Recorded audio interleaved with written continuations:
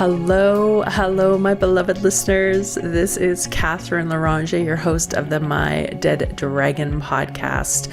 And I am coming in today with a neighbor over in Whistler. I'm in Alberta, so we're technically like long distance neighbors, Melissa Deely. And Melissa's business is Your Guided Health Journey. Melissa is an integrative health practitioner and registered health coach, and she's dedicated to helping her clients discover the root cause of their health issue and truly heal. Melissa's business is 100% virtual, which is so handy these days, and she works with the entire English-speaking world. Melissa uses a two-prong approach. The first one is to discover your toxic load and lower it, and then the second one is to discover your body's imbalances and then guide you on bringing your body back into balance, at which point it heals itself. So, Melissa, welcome to the podcast, and I'm really curious to hear your story and how you came to realize that you were the main character of your life and heroine of your own journey.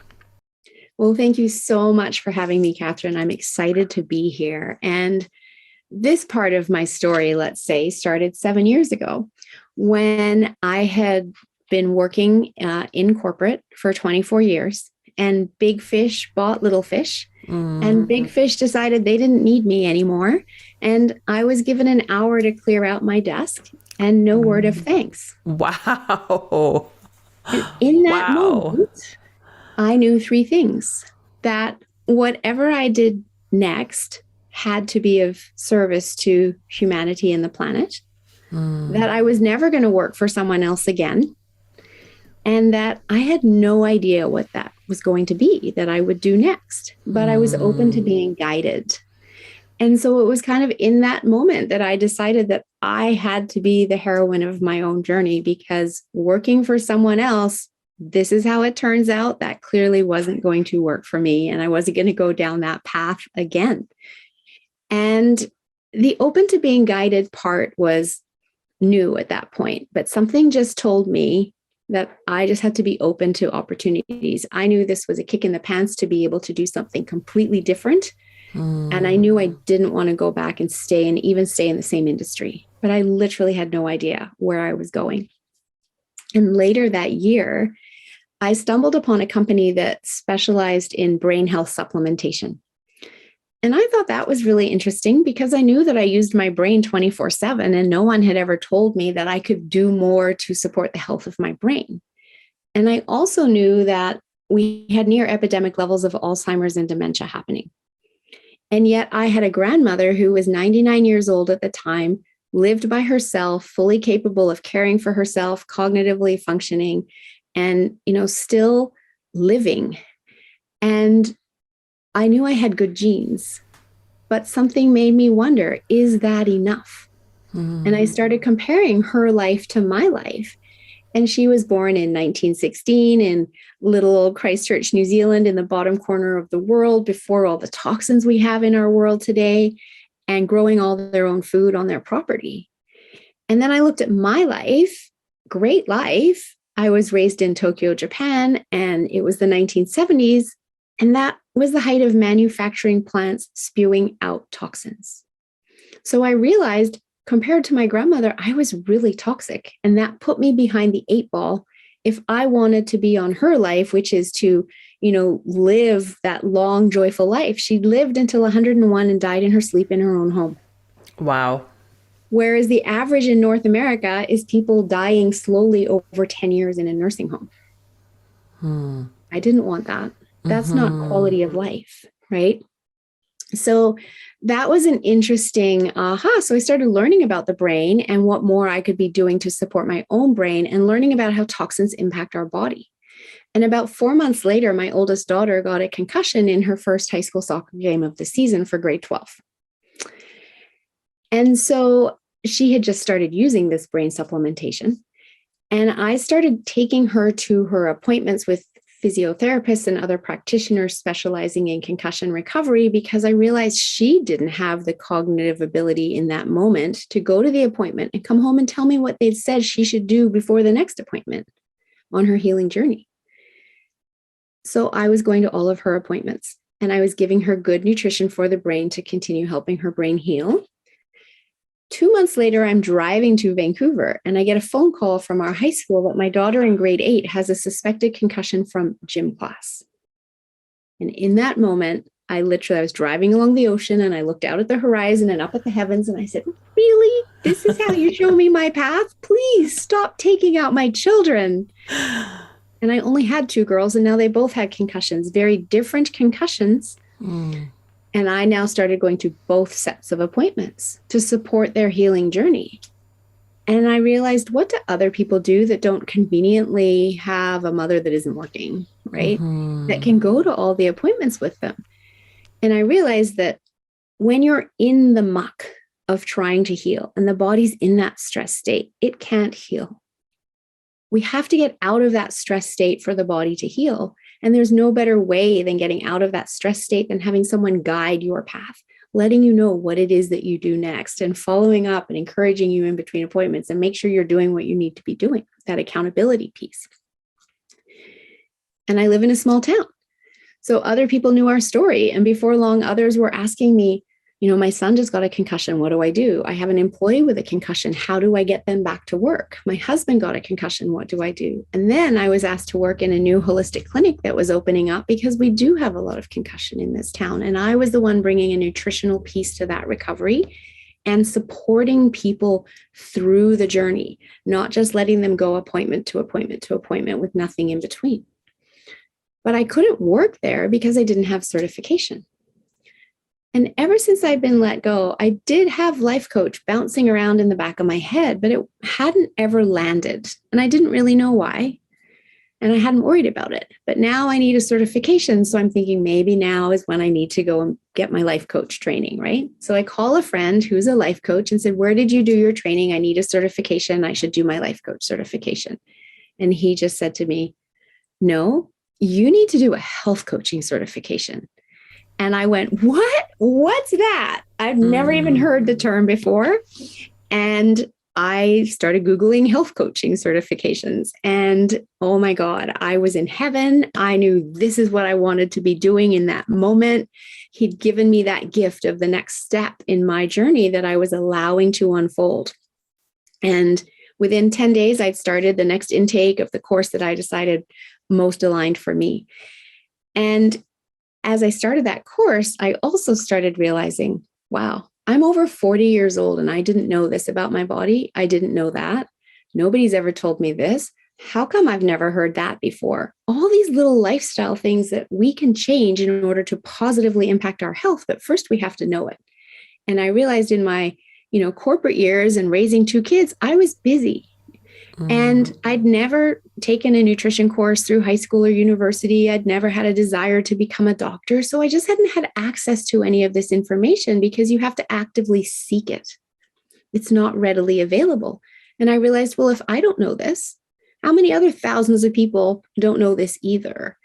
And so then it became my mission to start sharing this information with others and educating them and empowering them in their health. And so that's the work that I do today. And from my health coaching certification, I went into becoming an integrative health practitioner because that gave me the science so we could go deeper into discovering those imbalances in the body. And when we know the imbalances and we know the deficiencies and we know the toxic load, then we know exactly how to remove the toxins and then support the body's deficiencies so that it comes back into balance, because then it will heal itself. And that's what the body is designed to do. And so I offer this not just with one appointment, but a series of appointments as I educate them on their healing journey and hold them accountable and hold their hand and ask them to trust in the process and relax so that their body can truly heal. I absolutely love my work. I've landed in a place of passion and purpose. And, looking back with that 2020 hindsight, I'm so grateful for Big Fish having let me go 7 years ago. I love that. I love that, Melissa. And so I'm curious about in that kind of moment or the moments where you got let go, you're recognizing, okay, I don't want to go back. I want to do, something that helps people. I don't know what it is. And so, I think for a lot of people, and what I know is that life whispers, we ignore the whisper. It shows up with like a 2x4. Sometimes it's like a holy eviction or whatever we want to call it. I call it a wrecking ball. Right. A wrecking, wrecking ball, 2x4, holy eviction, Yep. whatever. I've had a couple myself for sure.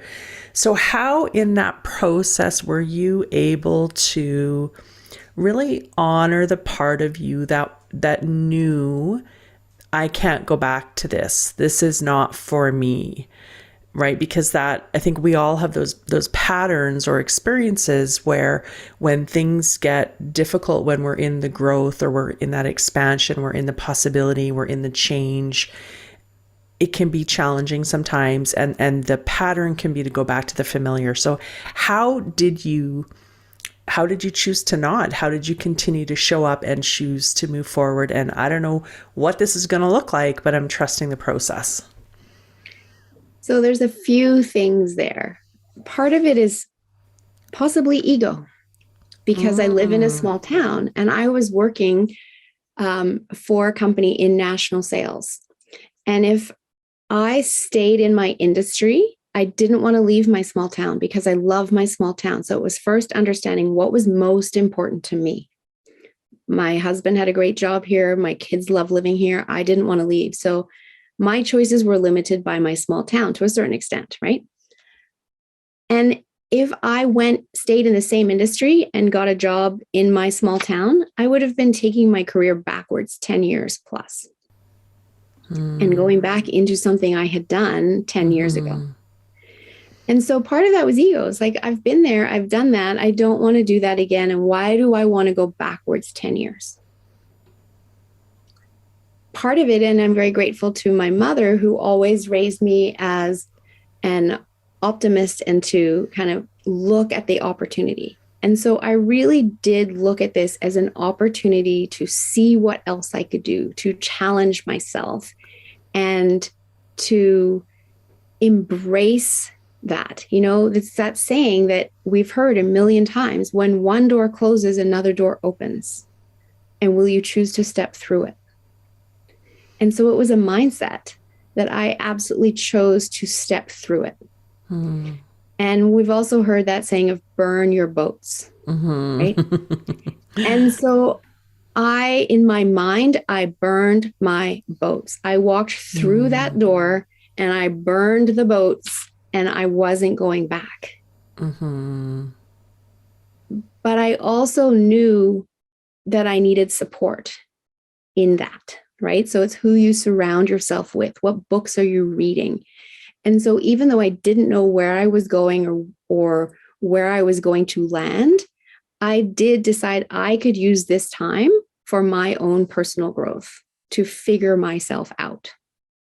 And so I did start reading books like, Carol Dweck's The Mindset, right? Getting into, The Millionaire Mindset, Think and Grow Rich, Atomic Habits. There's been so many books that I've read and reread over the years. Gabby Bernstein's The Universe Has Your Back. That was a big book for me at that point. And I joined entrepreneurial organizations like, BNI just to learn. Started going to chamber events just to meet other entrepreneurs and be around other people who'd done it before me so I could learn from them. And I do love meeting people. And so that was also fabulous. And in meeting those people, they kept giving me the next step along the way, right? My story that I gave you was kind of the 20,000 foot overview. And there was so many little steps along the way. And so I actively sought out people that had done this before me in my town so that I could be learning from them. And that was really powerful. Even if one of the ladies that I learned from was a lady who did foot detoxes and she did laser therapy. And just in our talking through the consultations of the foot detoxes and her entrepreneurial journey, I started learning from her, right? There's so many people around us that we can learn from. And I embraced the learning and again, loved every minute of it. And it was never that linear line from A to B. It was a zigzag line. Absolutely. And, did every everything that I learned get me exactly where I was going today? Was some of it a bit of a sidetrack? Absolutely, there were sidetracks. But then it just taught me, no, this isn't actually where I want to be going. And then I could get back on track more quickly to where I did want to be going. And so it was embracing spending some time on me and also slowing down and having the space to do that. And I was fortunate. I did have a payout because I've been with the company for 24 years. And so I decided to take the time of that payout to do this. I chose, yes, the fear would come up and thinking you should be applying for jobs. You should be applying for jobs. But then I would step back and say, no, if you're applying for jobs, you're getting in your own way of trying to find out what's next. You're forcing it instead of allowing it. And so it was definitely a time of learning to slow down, which I hadn't done ever. But it was also a commitment to getting up every day at the same time and doing something every day that moved me forward. It wasn't about, I'm going to feel sorry for myself and I'm going to sleep in every day and not bother getting dressed and just hang out at home by myself, right? I never once did that. I knew that every day I still had to get up at the same time, get my kids out the door to school, have breakfast with the family, and then start figuring out what can I do today that's productive for me. Is it some learning? Is it, looking into different things, et cetera, et cetera? Is it meeting new people? What is it that I can do? And sometimes it was just being quiet. I started yoga. I'd never had time to do yoga before. And then yoga is a form of meditation in and of itself, and tapping into your body. And like you said, it whispers, and then there's the brick or the wrecking ball, and starting to listen to my body. And that was a really powerful time of learning for me. I love that. And I think it's such a beautiful example of the process, and it can be really common when people start out to have this thought or belief that I need to have it all figured out before I can start. And so knowing that that's actually not how it works. So you need to kind of, invest some energy, some soul force, some life force in what is that vision. And sometimes you have lots of clarity, sometimes you don't. But you don't let that lack of clarity stop you from taking the step. And we don't have to know the how. We just need to know that the how is known. And so our work in the journey is, what is the next step? Yes. And the next step is going to give me information. And that information might be, yes, this is moving in the right direction. Or the information might be, oh, that's not quite for me. So I can readjust. And it sounds like that's really part of that process that you guide your clients on is you have that kind of framework, right? And you've been through the steps, and you take people through the steps. And it's similar to kind of what I do as a life coach. I'm not a health coach, so it's a different application, but having that bigger picture, that framework, and knowing that there are steps to take, there is a journey. Each person is going to have a unique experience of that. But really being able to kind of lean into the structure of that. Absolutely. I 100% agree. And I like what you said about you don't necessarily know the next step, and you don't have to know the how. But somewhere within me, I found that place to just trust in the process and keep putting one foot in front of the other. And there's that saying, we've got ready, aim, fire, or we've got ready, fire, aim. Right.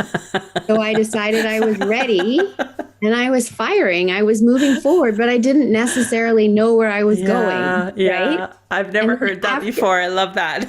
Afterwards, I could aim. Right. Yeah, and then that would kind of be the straightening up. And now I'm on this path, getting to the health coaching stage. Right. And then, I keep going on that path down the line. So, yeah. Oh, I love that. And really what's so important here is the action, right? And in any journey to kind of start with a vision of something. And in your case, it's better health, vibrant health, or whatever it is that somebody's wanting and desiring for their life, but to take a step, like take some action. Because the action starts to create that momentum that creates transformation and change. And so how did you, Melissa, develop your capacity to trust the process? Because I think that can be very scary for a lot of people, right? And we have to say, going to the gym to build muscles, we've got to build our spiritual muscles, our mental muscles to be able to trust that process. So how did you do that? And how do you support your clients in developing the same? So what was interesting for me early on when I got out of the corporate world is I somehow naturally kind of came back to my own spirituality, which I think got crushed or wiped out or ignored in my corporate years. Now, I lost my father when I was young. I was only 13 when he passed away. And yet he was always with me. And I knew that. And it was like I carried him on my shoulders. And when I had questions or decisions to be made, I could always reach out and get dad's advice, right? Or dad's input. And so when this spirituality came back to me, I realized I'd had that as a child ever since losing him. And I just hadn't used it in a long time. And we all have it within us. It's just the degree to which we've allowed it to be developed. And so I met a fellow at BNI and he said to me, I think you'd really enjoy this book. And it was The Universe Has Your Back. And it was Gabby Bernstein's book. And I bought it and I read it and I really enjoyed it. But it wasn't just enjoying it. It was practicing it, right? It was the information in the book isn't any good if you don't start putting things into action. And so I started practicing her suggestions in how you further tap into your spirituality, the universe, et cetera, et cetera. And that is how I learned to trust in the process. And she's since written other books, and I've read all of her books, and I love her work. And they're books that you can go back to and read over and over again. And that is definitely how I strengthened my trust, my ability to trust in the process. And when I'm working with my clients as well, I am asking them up front and letting them know that this isn't necessarily going to be easy.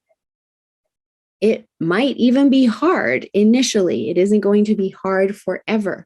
But I'm asking you to trust in the process because I've taken many, many people through this, hundreds of people through my detox program, for instance. Everyone's completed it and everyone's had profound results. But the first couple days are hard. And so trust in the process, reach out with questions. I have an app that I put people on so they have that direct connection with me. So they know they're supported. They can get their questions answered. I explain how our brain will work against us because it's our best friend and our worst enemy at the same time, being that it's our best friend when it prevents us from stepping in front of a bus, but it's our worst enemy when we're getting into that place of growth and moving outside our comfort zone and doing something different. And our brain will notice that and go, hey, what are you doing? Hey, no changing. Yeah, this is different. Why don't you just come back over here where I know I can keep you safe in your comfort zone because you're here. Right? Netflix. Yeah. So I explain this to them and teach them to talk back to their brain. We say we have 2 ears and 1 mouth and we should listen more and talk less. Yes, when we're interacting with other people. But I say the opposite when we're interacting with those 70,000 thoughts we have in our head every day. We should talk back to them and listen less because so many of those thoughts in our brain are not true. And let's face it, would you have any friends if you talk to your friend the way you talk to yourself in your head? No, right? So I explain all of this so that they understand that. So when they do start having those thoughts, they're aware of what's happening and they can speak back to their brain. And then what's really beautiful is that when we create the environment for our body to heal, it starts healing really quickly. And so it takes just, inside the first week, they're starting to notice improvements. Maybe it's better sleep. Maybe it's more brain clarity or memory recall, or the aches and pains are starting to go away, or they're losing weight, or whatever it is. And then they start to develop their own trust in the process. So that's how we get from no trust to their own trust. And they're buying into my belief, right? And I know that I can guide them through this program because I've done it so many times before. Yeah. That is so important to, when you're looking for someone to support you on your journey, to find someone who you can believe in their believing, especially when you're at the beginning of the journey, or maybe where you're about to make a quantum leap into a new experience or version of yourself. That's where things can feel super, super shaky. So to be able to have someone who's like, are you sure is this really how it's supposed to be? Is this really a good thing? Is this right? To be able to know and believe that, okay, they know that this works. They know that this is how it's supposed to work. I can relax in that. And when we relax into it, that's when the body truly heals. And, as a life coach, you have the same experiences with people, right? At the beginning, they don't have that belief. But when they feel your belief, that gives them the courage to step into it. Yeah. Now, they have to be ready in order to feel that belief. If they're not ready, it's not going to work. If they don't want to do the work themselves, it's not going to work. You nor I can do the work for them. Sorry, folks. Yeah, exactly. Sorry to be the bearer of bad news. You got to do the work. But when that person is ready and willing to do the work, that's when we have success, which is why I'm sure you do this as well. I offer a complimentary consult with every single person before we start working together. Because we have to know that we're a match. I'm not going to be the perfect practitioner for every single person out there.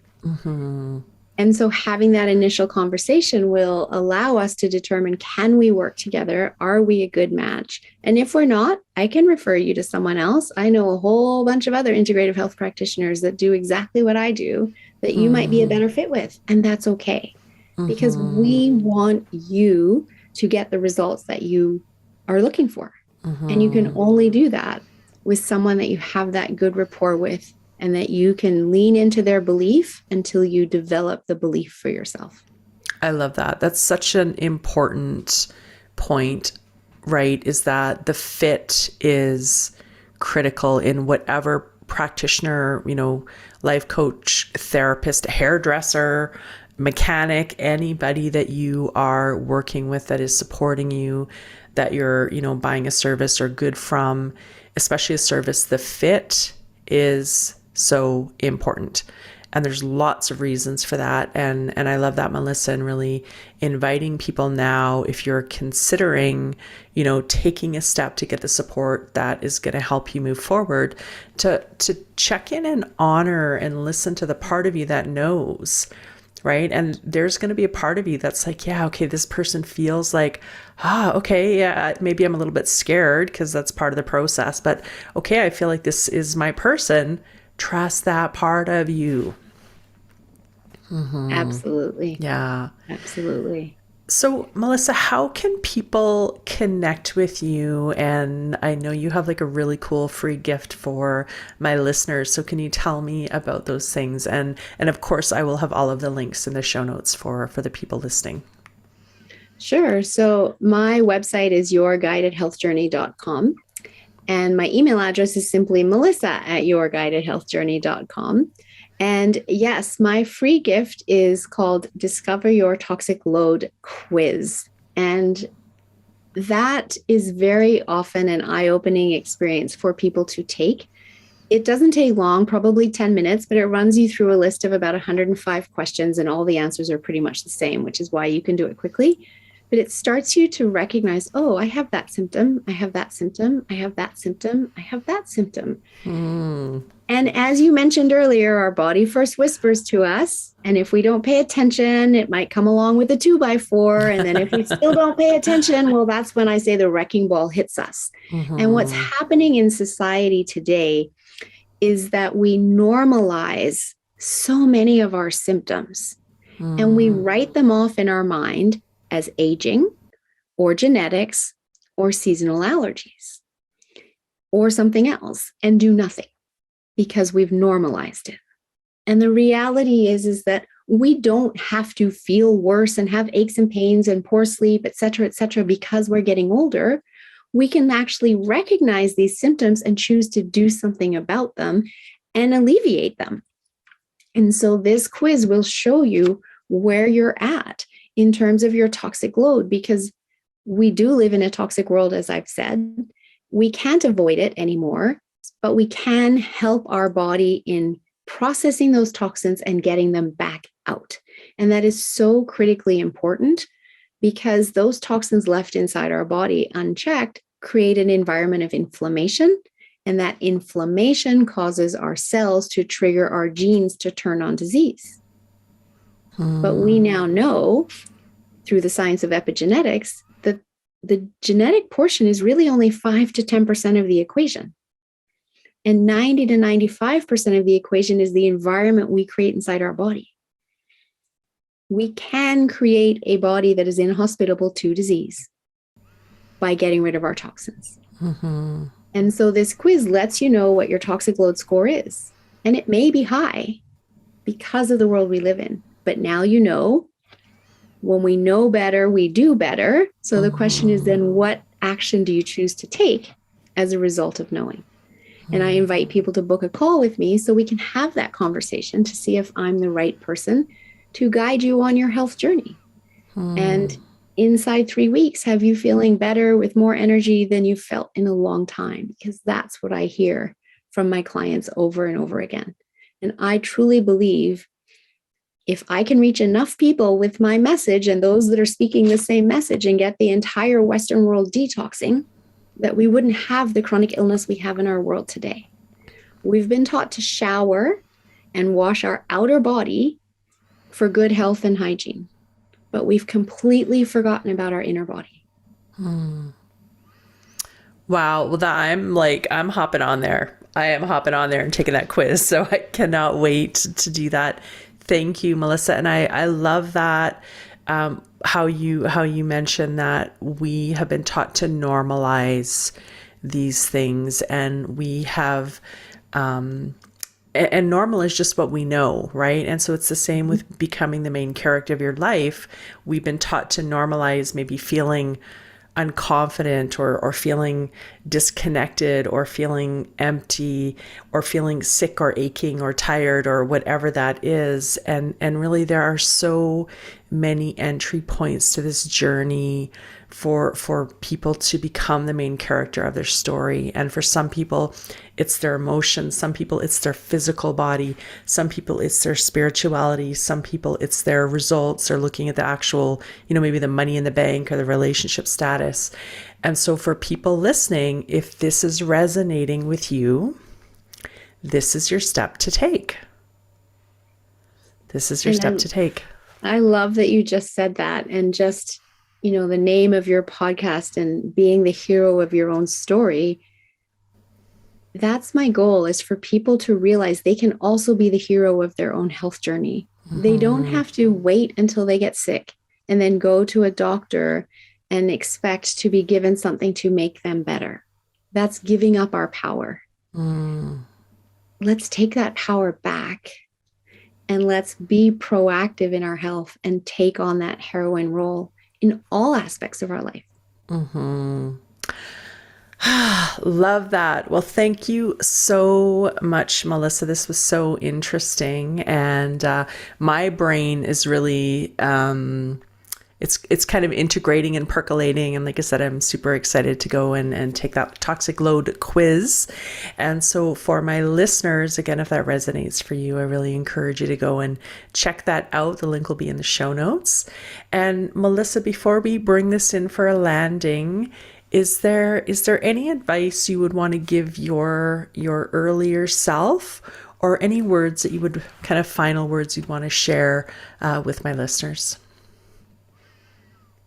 The advice that I would give to my earlier self is something that I learned very early on in starting my health coaching certification.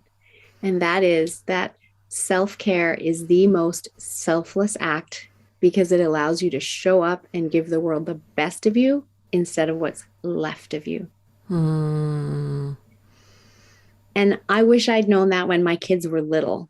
But once I learned it and I implemented that in my life, that was a massive shift in my life and being able to show up in a place of joy and fun and loving my life, which helped with the mindset to keep going when things got hard. Yeah. Thank you. Self-care, right? And we don't give from our cup, we give from our saucer. So fill your cup so full that it's overflowing. Yeah. Goosebumps. I love it. Goosebumps. That was Lisa Nichols who said that. I didn't make that up. So, no.